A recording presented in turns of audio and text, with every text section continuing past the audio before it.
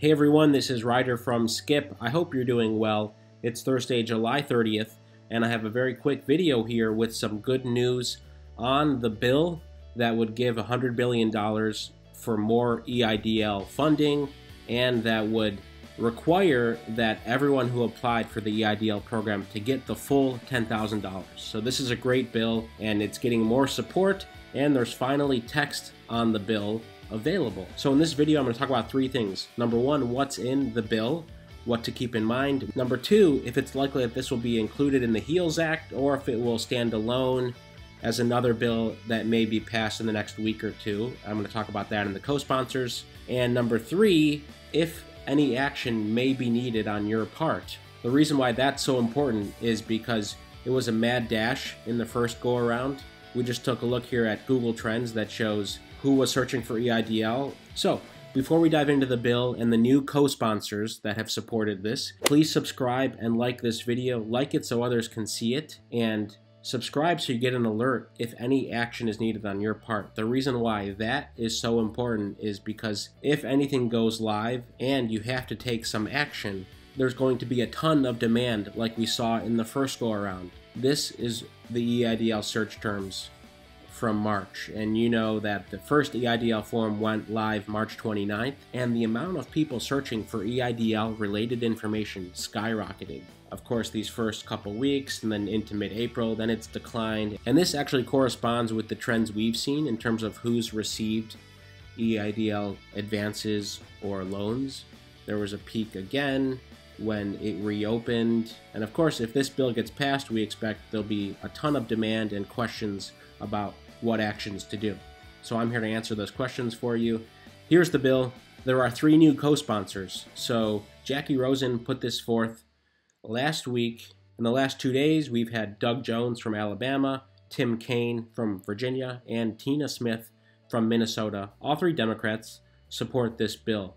So we have John Cornyn in Texas as the Republican supporting this bill, but frankly it's good to see more support, especially among high-ranking Democrats. Okay, in the text of the bill, just to recap, this is called the Ensuring Increased Disaster Loans for Small Businesses Act, and the main point is to allocate $100 billion to the SBA to provide the full $10,000 for every small business that applied, and to provide up to $2 million in loans for businesses who need more than the advance. Something very interesting here in the text, and this is very important. I'm looking at 2A and B here. So the SBA, with this new funding, if approved, shall issue a determination based on the documentation submitted by the applicant for the initial loan under Section 7B2 of the Small Business Act, and shall not require the applicant to submit additional documentation. In theory, that sounds great, that you wouldn't have to do anything else, but what we've seen in helping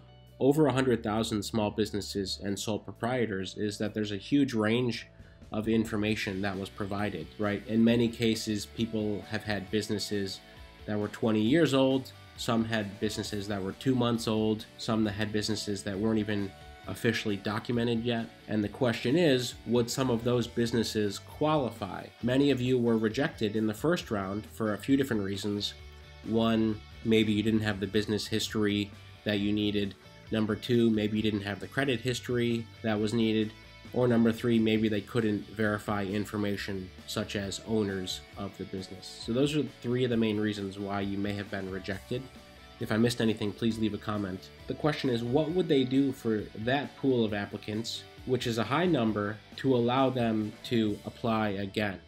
So even though this makes it seem like there would be a simple process, I think in practice what we will see is some new form to resubmit, to reapply, to be reconsidered, because frankly, the people who need this the most, if you're watching this, this might be you, the people who need this the most are the people who were rejected for various reasons in the first go-around, and some of them might not even be good reasons to have been rejected for the advance. The whole point of the advance was to provide you a quick lifeline, whether you had a business that had been around for years, a business without revenue, a business with revenue, a business that's just getting started. The point was to keep your business alive. So I would not be surprised, even though this text says it's going to be easy, you don't have to do anything, that the SBA would say, hold on, there's going to be a new form where we're going to need more information from applicants. What's happening now is if you were rejected, you have to send in a letter for reconsideration, and that is more cumbersome and frankly not a good process because it just creates delays, especially if you're mailing things in to offices.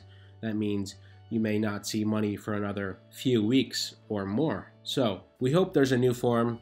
So here's the actual background of who gets approved for EIDL loans. This has been around for a while, and it talks about, of course, credit checks, background checks, etc. But what this doesn't take into consideration here is the advances. So I certainly think that there should be more consideration for just getting the $10,000 and having a different bar for that than the larger SBA EIDL loans. So here we go. For EIDL advances, they're basically saying change the appropriations from $20 billion to $100 billion. Obviously, that's a lot. That means that everyone who could apply should be able to get the full $10,000. Section C, additional amount. This clarifies what many of you have asked in the comments. Will they just top up my initial application? If I got 1K, will they give me 9K? And the answer is yes. So it says they'll provide to the recipient an additional advance such that the total amount received by the recipient is $10,000. The call to the SBA here is to say, go back over every applicant who didn't receive $10,000 and top them up and use that extra $80 billion we've just given you. This would be amazing news. I'm so glad that some high-profile senators have gotten behind it now, some more co-sponsors. Again, we're watching this every day, and you can see here we've got co-sponsors by Alabama, Maryland, Massachusetts, Minnesota, Texas, Virginia. I'd love to hear if you're in any of those states, or if you're in other states and you want us to write your senator to push for this, because we do write letters. If you think that's important to you and you don't want to do it yourself, just leave a comment. And would love to hear what your thoughts are on this. If you think this is going to pass this week or next week, or if you think some of this will sneak into the HEALS Act. Again, the latest on the HEALS Act is that there is a lot of disconnect between the Democrats and Republicans. It's all part of the negotiation. It was the same last time around where we thought, oh my gosh, nothing is going to get passed, and then they quickly reached an agreement. So a lot of this back and forth we see in the media is typical in negotiations, saying, oh, we're not even close to reaching an agreement, but they end up reaching something soon. It's more for leverage purposes. We'll keep you posted on that. We'll keep you posted certainly on this. Of course, if you want to get notified exactly when this gets passed or any action is needed, you can go to this page, helloskip.com/EIDL-alerts. To get an alert, it looks like this when you're on your Skip dashboard. It just shows that you're enrolled in alerts. You can also get PPP or stimulus alerts. And the whole point is you'll be the first to know, and you'll avoid this rush to apply if you need to do anything else. Again, according to the bill text, which I believe oversimplifies it, they would just say, all right, you received X amount, we're going to top you up to 10K. So that's one scenario. But I think there's a lot of you who just haven't received anything who may need to ask for reconsideration. And I would hope the SBA would put up a new page to apply, to put in some new information that would allow you to get approved and get the $10,000. Thanks again for watching and subscribing. It means so much to us. As always, please stay safe and stay healthy. Take care.